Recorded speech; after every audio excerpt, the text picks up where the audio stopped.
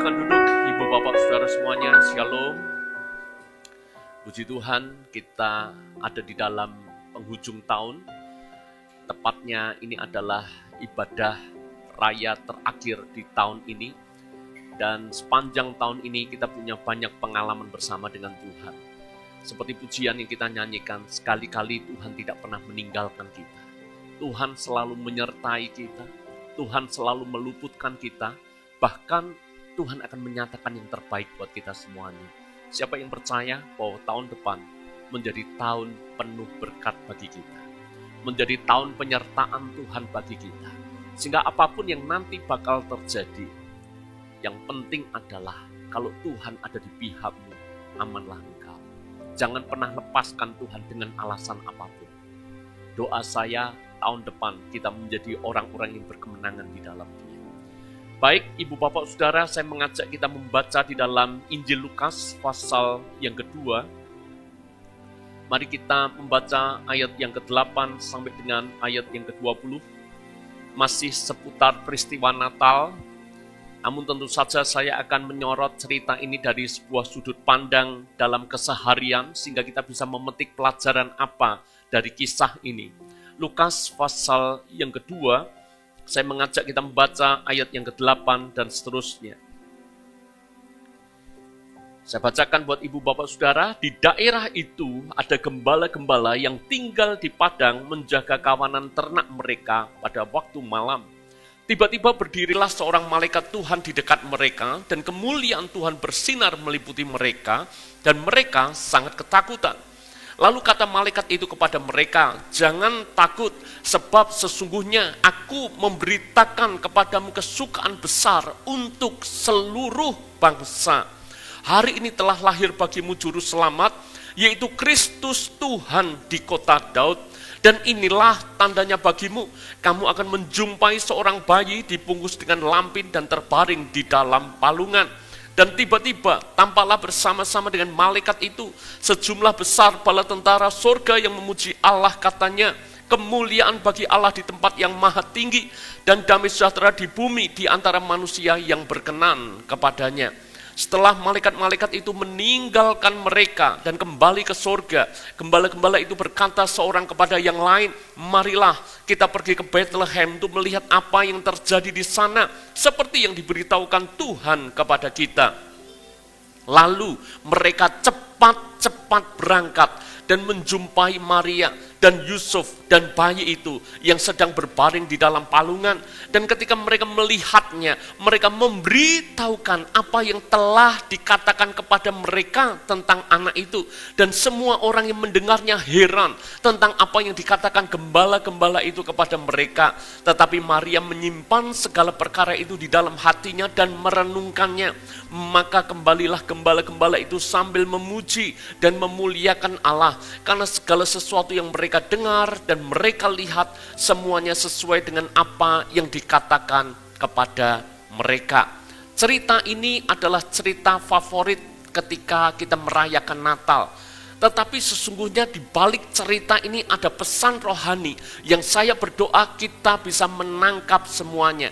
Karena itu judul daripada khotbah hari ini adalah pelajaran rohani dari gembala di malam Natal. Hal-hal apa saja yang kita bisa petik dan hal-hal apa saja yang kita bisa praktekkan dalam kehidupan kita sehari-hari. Yang pertama, Ibu Bapak Saudara, kalau kita belajar dari ayat-ayat ini, khususnya di dalam ayat yang ke-20, maka dikatakan seperti ini. Maaf, ayat yang ke-8, Saya bacakan kepada Ibu Bapak Saudara, abaikan di depan karena mungkin saya salah copy paste. Ayat yang ke-8, di daerah itu ada gembala-gembala yang tinggal di padang menjaga kawanan ternak mereka pada waktu malam. Yang pertama, Ibu Bapak Saudara, malaikat menjumpai seseorang, sekumpulan orang, memberitahukan bahwa Yesus Sang Mesias yang dinanti-nantikan seluruh bangsa Israel itu telah lahir. Yang menarik adalah bahwa malaikat dia kunjungi gembala. Menurut saya ini adalah sebuah pengalaman yang sangat supranatural, sekaligus pengalaman yang cukup mengherankan. Kenapa saudara? Misalnya, Anda diberikan kesempatan untuk mengundang, Anda diberikan kesempatan untuk menjamu seseorang. Saya rasa karena jumlah kuota yang terbatas, Anda akan pilih-pilih orang. Biasanya Anda akan pilih yang terdekat lebih dulu. Anda akan pilih anggota keluarga yang terdekat. Anda akan pilih kerabat yang terdekat. Lalu Anda akan pilih sahabat-sahabat yang terdekat. Dan seterusnya. Namun berikutnya, seandainya jumlah kuotanya hanya terbatas untuk beberapa orang lagi, siapa yang bakal Anda undang? Saya rasa hal yang paling lazim adalah kita akan undang orang-orang yang memang kita tahu orang itu bisa menaikkan pride kita, membuat kita bangga. Kalau yang diundang orang yang hebat, kalau kita mengundang orang yang kaya, kalau kita mengundang orang yang terkenal, kalau kita mengundang orang yang punya posisi, dan seterusnya. Tapi menariknya adalah bahwa ketika Yesus lahir, undangan itu dibagikan kepada banyak golongan.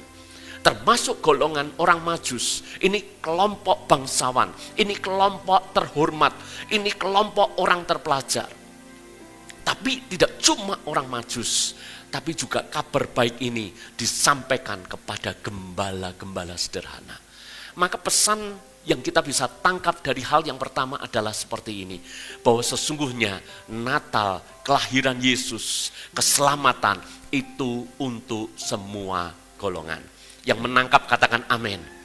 Ini menunjukkan bahwa Tuhan kita adalah Tuhan yang inklusif. Bukan Tuhan yang eksklusif. Sekali lagi, Yesusmu adalah Yesus yang inklusif, bukan eksklusif. Bedanya apa? Inklusif dan eksklusif. Saya rasa kalau eksklusif mungkin ini kalimat yang sering Anda dengar. Eksklusif artinya apa? Eksklusif. Misalnya Anda bergabung dalam sebuah komunitas, bergabung dalam sebuah klub. Dan di dalam klub itu dikatakan eksklusif. Artinya apa? Artinya tidak semua orang bisa masuk ke dalam klub itu. Eksklusif itu artinya terbatas untuk orang-orang tertentu saja. Itu artinya eksklusif. Kalau Anda punya barang misalnya, barang ini eksklusif. Ya, kalau ini eksklusif bohong juga ya, karena di mall dijual banyak sekali ya. Misalnya, jam ini eksklusif. Kalau saya berkata jam ini eksklusif, artinya tidak semua orang punya kesempatan untuk mendapatkan jam ini. Karena ini eksklusif, hanya orang-orang tertentu yang punya kesempatan. Misalnya, bahkan kalaupun punya duit, tapi kalau tidak punya privilege tertentu, tidak bisa mendapatkan jam ini. Berarti jam ini untuk kalangan terbatas, jam ini eksklusif. Sehingga kalau orang pakai, membanggakan. Karena jumlahnya sangat terbatas. Itu alasan kenapa produk itu memang dibuat eksklusif. Produk hanya dibuat beberapa unit dan harganya bisa melambung tinggi. Kenapa? Bangga, hanya orang tertentu, hanya orang yang hebat, hanya orang yang luar biasa yang bisa dan punya kesempatan untuk mendapatkannya. Kabar baiknya, keselamatan itu tidak eksklusif. Tidak hanya untuk orang tertentu, kelompok tertentu. Tidak hanya untuk orang kaya. Tidak hanya untuk orang yang terpelajar. Tapi keselamatan Yesus dibagikan kepada semua orang. Amin. Yesusmu itu inklusif. Makanya kalau Anda pelajari di dalam kitab Injil, bagaimana Yesus dalam pelayanan, itu inklusif. Ketemu dengan kelompok ahli Taurat, ketemu dengan orang Farisi, Yesus tidak pernah menunduk-nunduk. Tapi ketika ketemu dengan orang kecil, Yesus juga tidak pernah menginjak-injak. Yesus menerima semua orang, orang yang kaya, tapi juga orang yang miskin, orang yang terhormat, tapi juga orang berdosa. Semuanya Yesus care dan peduli dengan mereka. Yesusmu inklusif. Kita perlu belajar dari hal ini apa, saudara? belajarlah jadi orang inklusif, bukan eksklusif. Bergaullah dengan banyak orang. Kalau Anda ketemu dengan orang kaya, tidak perlu Anda harus menunduk-nunduk karena ketemu dengan orang kaya. Tapi ketika Anda ketemu dengan orang miskin yang mungkin secara status jauh di bawah Anda juga tidak perlu menginjak-injak. Kenapa saudara? Karena kita punya prinsip yang benar. Seperti yang firman Tuhan ajarkan kepada kita semuanya. Amin. Makanya saya berdoa, tema kita tahun depan adalah gereja sehat, jemaat kuat. Bagaimana gereja yang sehat? Gereja yang belajar dari Yesus. Gereja yang inklusif, bukan eksklusif. Gereja yang semuanya dianggap sama, memandang sama. Kami belajar saudara sebagai pemimpin rohani, saya, Pak Andik, semua staf gereja memandang jemaat sama. Kami tidak akan spesialkan jemaat yang satu dengan jemaat yang lain. Kami tidak akan menunduk-nunduk kepada orang yang mungkin punya status sosial bagus. Atau kami juga tidak akan menginjak-injak atau meremehkan jemaat yang mungkin sederhana. Kami memandang semua jemaat sama. Seperti halnya Anda punya banyak anak misalnya. Punya anak 2, punya anak 3. Saya rasa sebagai orang tua yang baik, Anda juga akan mengasihi dengan porsi yang sama. Amin saudara. Maka doa saya, dari pelajaran yang pertama, Yesusmu inklusif, bukan eksklusif. Maka kita belajar dalam keseharian kita, jadilah orang yang inklusif. Anda bisa bergaul dengan banyak orang. Anda tidak hanya bergaulnya dengan orang-orang tertentu. Kalau Anda misalnya berkesempatan mungkin hari ini menjadi orang yang cukup, menjadi orang yang berlimpah, mungkin Anda punya status sosial yang bagus. Mari kita belajar saudara, kita bisa bergaul dengan siapapun. Dan puji Tuhan, saya senang saudara, jemaat di tempat ini banyak yang diberkati. Secara status sosial mereka cukup oke, cukup kaya. Tapi saya senang jemaat di sini berbaur dengan baik. Tidak pernah saya melihat ada jemaat yang meremehkan, merendahkan jemaat yang lain. Dan sebaliknya jemaat, mungkin Anda sederhana, tapi saya beritahu Anda, kita semuanya adalah saudara di dalam Tuhan. Amin. Saudara tidak perlu takut, saudara tidak perlu minder misalnya. Kalau ketemu dengan, wah bauku masih bau bawang, dia wangi banget tuh. Bauku biasa banget, kalau saya papasan dengan dia, wah wangi, bajunya kelihatan bagus, bajunya kelihatan mahal. Saya berkata, kita semuanya sama, saudara seiman. Amin saudara. Apalagi dengan gembalamu, dekat-dekatlah dengan gembalamu. Amin. Sering-seringlah traktir gembalamu.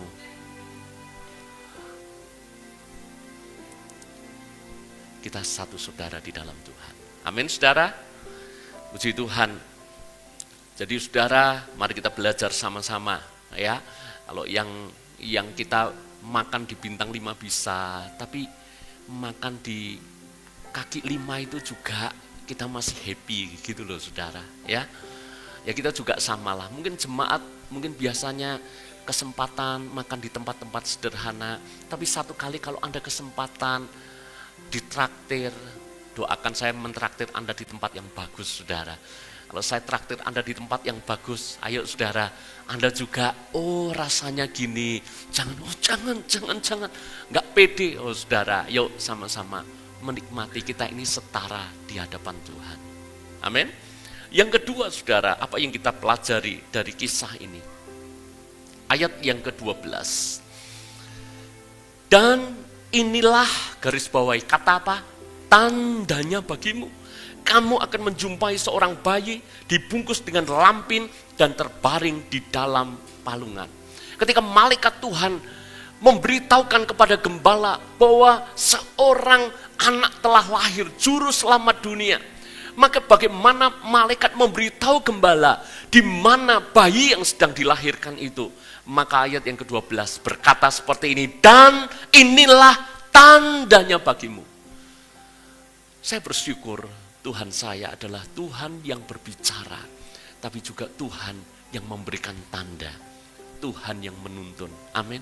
Makanya poin yang kedua, Tuhan itu selalu memberi tanda tuntunan yang jelas. Di sini jelas sekali dikatakan, kamu akan ketemu seorang bayi dengan lampin dan terbaring dalam palungan. Jadi saya itu berpikir, kenapa Yesus, dia lahirnya di kandang dan dibaringkan di dalam palungan, dibungkus dengan kain lampin. Salah satu tujuannya, supaya gembala kalau cari itu gampang, saudara. Amin. Coba bayangkan, kalau Yesus lahirnya di rumah, setengah mati loh gembala itu cari. Masuk akal nggak? Akan lebih mudah menemukan kalau unik. Makanya unik banget. Gembala ini kan tinggal akan cari di mana kalau dia terbaring dalam palungan. Logikanya gembala akan cari di mana? Di kandang. Penginapan yang ada kandang, minimal seperti itu kan. Makanya dia akan cari, ini penginapan ada kandang enggak? Enggak ada, lewati. Ada kandang enggak? Enggak ada, lewati. Lalu kemudian kalau ada kandang, maka dia akan masuk. Misalnya, ini logikanya saudara. Dia akan masuk, dia akan lihat di kandang itu ada enggak bayi yang dibaringkan di dalam palungan. Kalau enggak ada, lewati juga. Sampai gembala ini menemukan dengan tanda yang jelas. Bayi dibungkus dengan lampin, dibaringkan ke dalam palungan. Berarti kesimpulan saya, Tuhanmu Tuhan yang jelas dalam memberikan arahan dan tuntunan. Sebentar lagi kita akan melewati tahun ini, kita masuk tahun baru. 2025 kita tidak tahu apa yang bakal terjadi. Gonjang-ganjingnya ekonomi mungkin belum dalam keadaan baik-baik saja. Gonjang-ganjingnya. Sebab tahun depan sudah diberlakukan yang namanya PPN 12%. PPN 12% itu bukan berarti naiknya cuma 1%. Seringkali kita cuma mengukur dari 11 jadi 12 berarti naiknya cuma 1%. Memang naiknya cuma 1%, tapi komponen yang menyertai efek dominonya itu cukup panjang, cukup lebar saudara. Tetapi saya berkata kepada saudara, yang paling penting adalah Anda dengar-dengaran apa yang menjadi arahan dan tuntunan Tuhan dalam hidupmu. Saya mengajak semua yang bekerja wirausaha di tempat ini. Anda kerja apapun, kalau Anda kerja dalam arti Anda tidak menjadi karyawan, dengar baik-baik. Kita perlu tuntunan Tuhan. Anda ambil keputusan apapun, saya mengajak Anda. Bahkan kalaupun Anda sudah pengalaman, Anda kuasai bidang itu dengan baik. Saya mengajak Anda belajar minta tuntunan Tuhan. Kalau Anda dengan rendah hati minta tuntunan Tuhan, Tuhanmu selalu menuntun dengan jelas dan detail. Ayat ini menjadi contoh bagi Anda dan saya. Kasih contoh, kasih arahan, kasih tuntunan sangat detail. Kamu akan jumpai bayi dibungkus dengan lampin, dibaringkan di dalam palungan. Tidak ada di hari itu bayi dengan ciri-ciri sedemikian. Kesimpulan saya, Tuhan sangat jelas, clear banget. Kalau Anda mungkin seorang karyawan, kalau Anda sedang bergumul soal pekerjaan, Anda bergumul soal studi, minta arahan dan tuntunan Tuhan. Seringkali saya berkata seperti ini. Hari ini kita menjadi seperti apa merupakan produk dari keputusan masa lalu yang kita buat. Dan esok menjadi seperti apa tergantung dari keputusan apa yang Anda ambil hari ini. Berarti keputusanmu harus benar, keputusanmu harus tepat. Anda harus menyekolahkan anakmu di mana, itu harus benar, harus tepat. Anda mau sekolah di mana, harus benar, harus tepat. Anda mau bekerja di mana, bahkan Anda memutuskan untuk resign karena ada tawaran pekerjaan yang lebih baik, Anda pun harus minta tuntunan Tuhan. Apakah Anda harus melepaskan ini untuk mengambil itu? Kalau Anda ingin punya usaha sendiri, itu hal yang baik. Tapi yang paling penting adalah bukan kalkulasi Anda di atas kertas, masuk atau tidak. Sekalipun itu bisa jadi pertimbangan. Tapi yang paling penting, apakah kehendak Tuhan dalam hidupmu? Kalau Tuhan berkata ya, jalan. Tapi kalau Tuhan berkata tunggu, jangan kita mendahului kehendak Tuhan. Belajar seperti Musa yang berkata, kalau engkau tidak berjalan di depanku, jangan suruh aku berjalan. Amin, saudara. Hari ini minta tuntunan Tuhan. Dan poin berikutnya gini, saudara. Bukan Tuhan tidak menuntun, namun kitalah yang seringkali mengambil jalan kita sendiri. Jalan yang menurut kita baik, jalan yang menurut kita itu aku banget. Aku banget, itu belum tentu dari Tuhan. Kalau saya mengukur semua keputusan dari berdasarkan aku banget, hari ini saya tidak jadi gembala. Karena gembala itu bukan aku banget. Gembala itu bukan istri saya banget. Berulang kali kita menolak panggilan untuk menjadi gembala. Itu bukan aku banget. Tapi saya bersyukur kami hanya belajar mengikuti tuntunan Tuhan. Mengikuti arahan Tuhan. Puji Tuhan, jemaat bertumbuh. Banyak perubahan terjadi di gereja ini. Saya tidak ada dasar pengalaman menjadi gembala. Tapi saya ingat persis, mungkin saya pernah saksikan kepada saudara. Kira-kira persis di momen-momen sekarang, karena waktu saya liburan dengan keluarga di Surabaya, saya masih ingat, saya sempat tanya kepada Tuhan, Tuhan, bagaimana saya harus memulai? Apa yang harus saya putuskan? Startnya harus dari mana? Dan malam itu sementara yang lain sudah tidur. Saya masih ingat karena saya pakai pensilnya kamar hotel dengan kertasnya. Kayak Tuhan itu tuntun, lakukan ini ya, lakukan ini ya, lakukan ini ya. Dan saya praktekkan belajar taat saja. Puji Tuhan, saudara. Karena dulu ketakutan saya apa? Jemaat sudah sedikit, saya pegang bubar, saudara. Waduh, itu tanggung jawabnya berat sekali. Tapi puji Tuhan, waktu itu standarnya asal jangan bubar saja. Puji Tuhan, bayangkan betapa ceteknya standar yang saya buat. Karena itu bukan, saya merasa bukan saya banget. Tapi puji Tuhan, hari ini saya melihat cara Tuhan ajaib.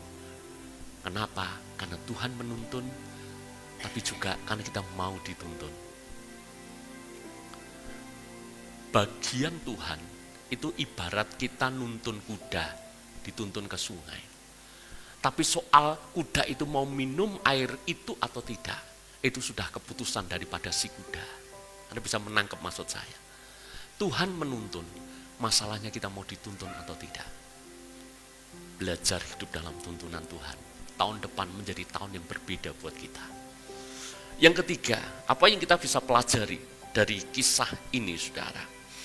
Yang ketiga, kita baca ayat yang ke-15.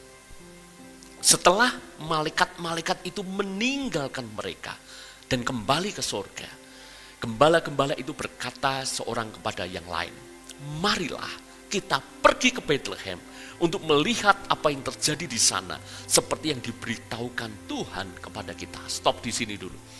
Malaikat kasih tahu bahwa juru selamat telah lahir. Dan adalah baik ketika gembala itu berkata satu sama lain, mari kita pergi untuk melihat apa yang terjadi di sana. Seperti yang Tuhan beritahukan kepada kita. Ini kita banget, saudara. Sebab saya yakin ketika Anda bahkan dengar firman ini, ada banyak komitmen, ada banyak keputusan yang akan Anda buat. Cuma masalahnya ini, akan Anda buat, belum benar-benar Anda pasti buat. Anda bisa menangkap maksud saya? Ketika dalam ibadah, Anda nangkep pesannya Tuhan apa? Anda akan buat. Tetapi dari banyak orang yang punya janji akan buat ini, akan buat itu. Akhirnya tidak semua orang benar-benar melakukan dan membuatnya. Makanya kita belajar dari gembala ini sederhana, tapi attitude-nya itu luar biasa. Sederhana, tapi tindakannya itu luar biasa. Sebab ayat berikutnya di dalam ayat yang ke-16 dikatakan seperti ini. Lalu mereka tidak cuma sekedar berangkat, tapi Alkitab kasih garis bawah. Lalu mereka cepat berangkat dan menjumpai Maria dan Yusuf dan bayi itu sedang berbaring di dalam palungan. Apa gunanya malaikat kasih tahu? Dan apa gunanya mereka berkata, nanti kita akan lihat seperti yang Tuhan beritahukan kepada kita, tapi mereka tidak segera action. Mereka tidak segera jalan, mereka tidak segera gerak. Mereka tunda untuk melakukannya. Maka yang terjadi adalah mereka gagal bertemu dengan bayi Yesus. Kalau poin yang kedua, Tuhan menuntun langkah hidupmu. Tuhan berbicara sampai hari ini kepadamu. Maka poin yang ketiga, begitu Anda menangkap, segera Anda bertindak, segera Anda lakukan. Tuhan berbicara, Tuhan menuntun itu banyak cara. Tuhan bisa menuntunmu yang pasti, saudara, melalui firman. Kalau nggak ada dasar firman, itu bukan tuntunan firman. Itu bukan tuntunan Tuhan. Amin, saudara. Jadi nggak usah diperdebatkan. Kira-kira cocok nggak dengan firman? Kalau cocok, maka Anda kasih checklist.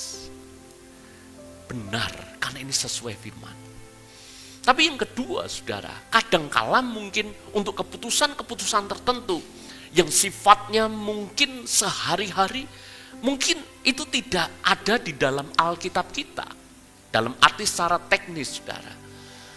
Tapi saya percaya Roh Kudus berdiam di dalam hatimu. Roh Kudus akan berbicara banyak dalam hatimu. Kalau Roh Kudus sudah kasih tahu, jangan belajar nurut, saudara.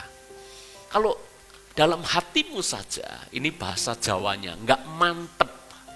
Udah jangan abaikan, saudara. Tapi kesempatan ini mana datang lagi. Tapi mungkin jangan-jangan suara hati saya aja yang salah. Anda coba tekan, Anda coba matikan suara Roh Kudus dalam hatimu. Nanti Anda keliru. Tuhan bisa bicara lewat firman. Tuhan bisa bicara lewat Roh Kudus. Tuhan bisa pakai pemimpin-pemimpin rohanimu untuk berbicara kepada engkau. Kalau kami berbicara kepada Anda, lakukan dan jangan lakukan. Anda ukur cocok dengan firman Anda. Kesaksian rohmu berkata apa? Kalau sudah diteguhkan oleh pemimpin rohanimu, diteguhkan juga oleh peristiwa-peristiwa kejadian yang terjadi dalam hidupmu. Karena peristiwa itu bisa merupakan cara Tuhan berbicara kepadamu. Lihat Bileam, saudara. Itu udah berulang kali diingatkan Tuhan. Tapi keras kepalanya luar biasa. Kenapa? Karena dapat iming-iming duit. Begitu kebangetannya Bileam, padahal nabi. Sampai-sampai kalau suara Tuhan tidak cukup, keledai bisa bicara kepada dia. Betapa kebangetannya dia. Maka setelah Anda dengar tuntunan Tuhan, jangan menundanya. Segera take action untuk melakukan. Amin. Pengalaman sederhana minggu ini, saudara. Pagi-pagi tiba-tiba di ponsel saya ada teks muncul dari WA keluarga dari Om Santoso. Pak Petrus, ini Om kelihatannya ngedrop lagi dan cukup parah. Pesannya itu saja. Karena dia mungkin sungkan, saudara. Karena sudah berulang kali keluar masuk rumah sakit. Dan kami selalu dampingi. Begitu kami dikasih tahu, pasti kami segera kunjungi, kami kuatkan. Dari sini pindah ke sini, kami pun kunjungi, kami kuatkan, kami support. Dan pagi itu ya mungkin agak sungkan atau gimana, ya dia hanya WA. Tapi begitu saya lihat WA itu, langsung saya bangunkan istri saya. Masih pagi sekali waktu itu. Ini Om kondisinya seperti ini kelihatannya, yuk kita ke rumah. Saya langsung segera ke rumah. Dan sampai sana, saudara, memang kondisinya sudah, nafas sudah berat. Lalu kemudian langsung waktu itu juga. Ini mungkin saya singgung sedikit supaya kalau Anda ketemu dengan kasus seperti ini, jangan tunda ya, saudara ya. Jangan tunggu nanti biar Pak Gembala, tunggu Pak Andi, tunggu rohaniwan, jangan. Saya kasih tips sedikit, Anda praktek, Anda harus bisa lakukan. Jadi ketemu dengan kondisi seperti itu, saya cuma berkata, berani terus terang loh, ini penting ya. Saya berkata, Om, sekalipun dia secara respon sudah agak sulit, bahkan tidak bisa, tapi saya percaya secara roh dia dengar. Om, ada 3 pilihan yang sekarang dihadapkan ke Om. Pilihan pertama, Om sembuh karena mujizat.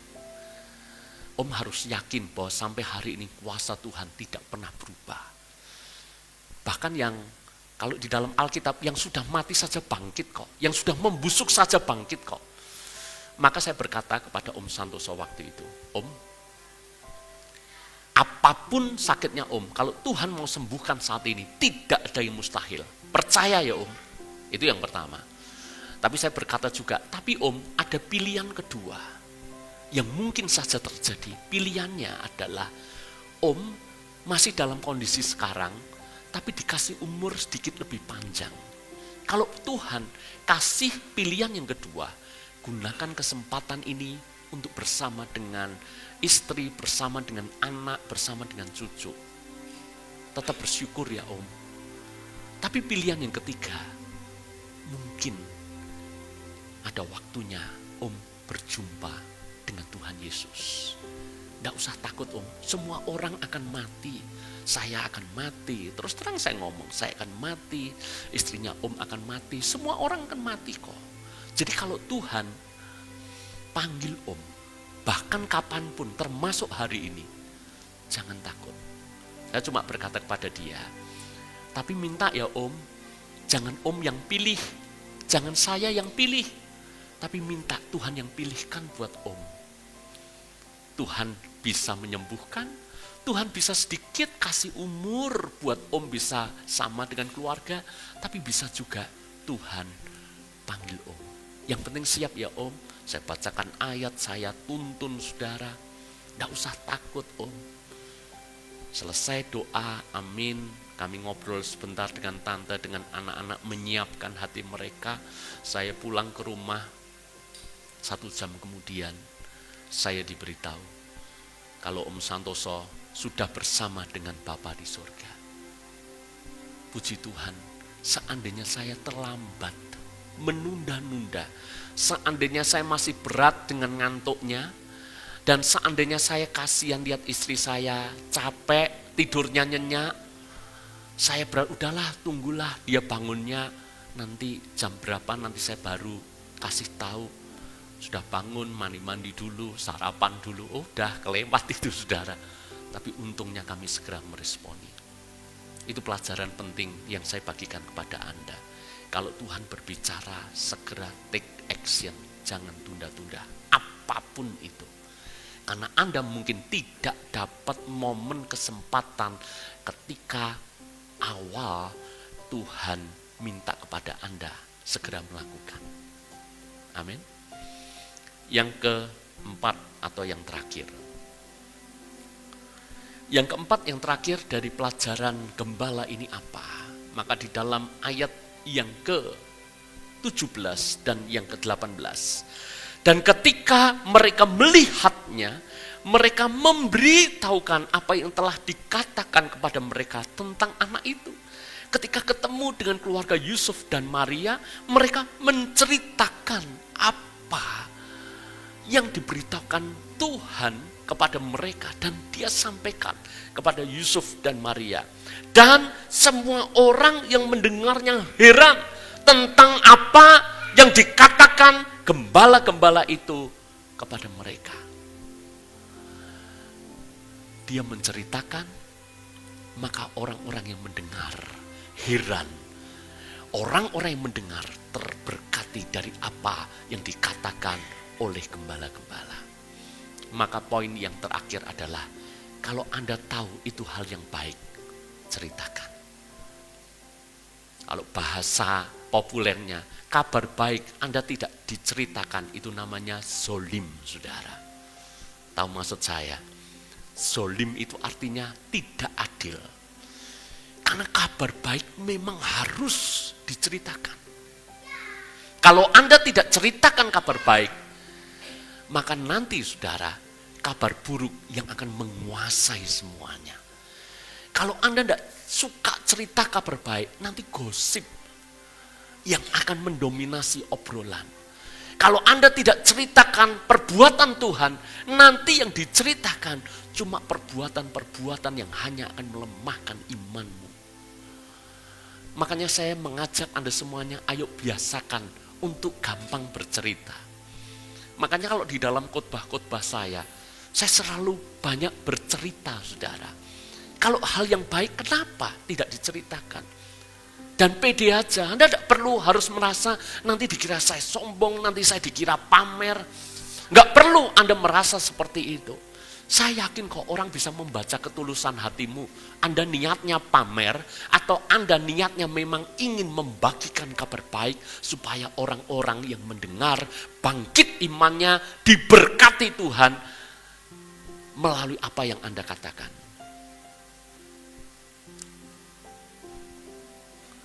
Jadi ibu bapak saudara semuanya, saya mengajak Anda semuanya seperti ini.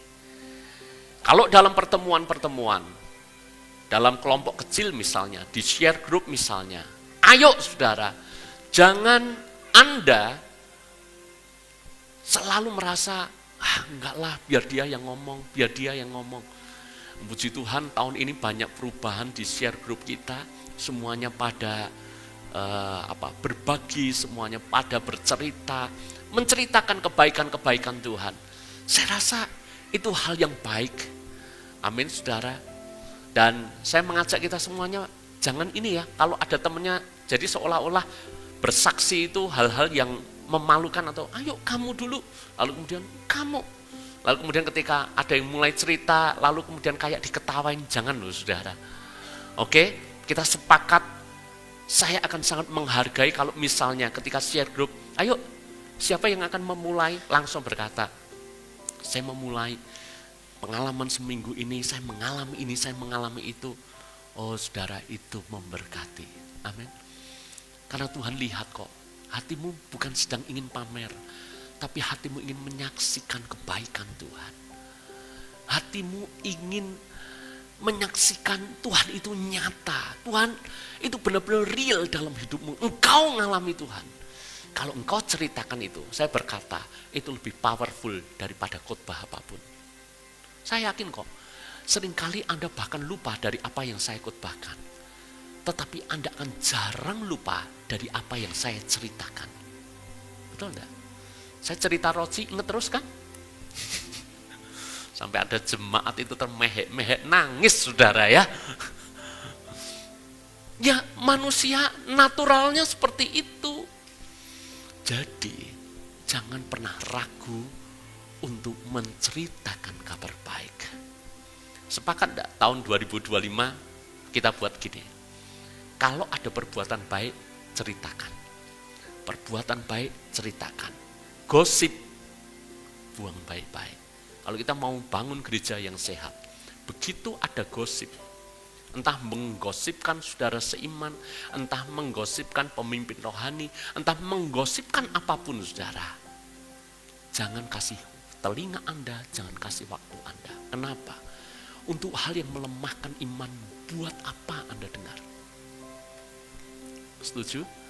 Karena gosip itu tidak pernah datang daripada Tuhan. Tuhan tidak pernah mengajar kita gosip. Tuhan mengajar kita kabar baik, kabar yang membangkitkan iman, itu yang diceritakan. Dan saya percaya bahwa ini akan membuat kita semuanya semakin mantap di dalam Tuhan. Hari ini melalui khotbah ini, sekalipun saya tahu ini simple, tapi simple bukankah kalau kita praktekkan hasilnya luar biasa. Amin. Ada 4 hal, yuk kita ulas lagi saudara supaya Anda ingat. Yang pertama dari pelajaran ini, Yesus untuk semua golongan. Kita belajar juga jadi orang yang inklusif, bukan eksklusif. Yang kedua, Tuhan memberikan tanda, tuntunan yang jelas buat kita semuanya. Belajarlah mengerti tuntunan Tuhan dalam hidupmu. Dan yang ketiga saudara, kalau Tuhan sudah tuntun, segera lakukan, segera bertindak. Dan yang keempat, kalau Anda sudah mengalami Tuhan nanti, ceritakan kabar baik itu. Pasti memberkati. Amin. Mari kita bangkit berdiri bersama-sama. Haleluya, haleluya.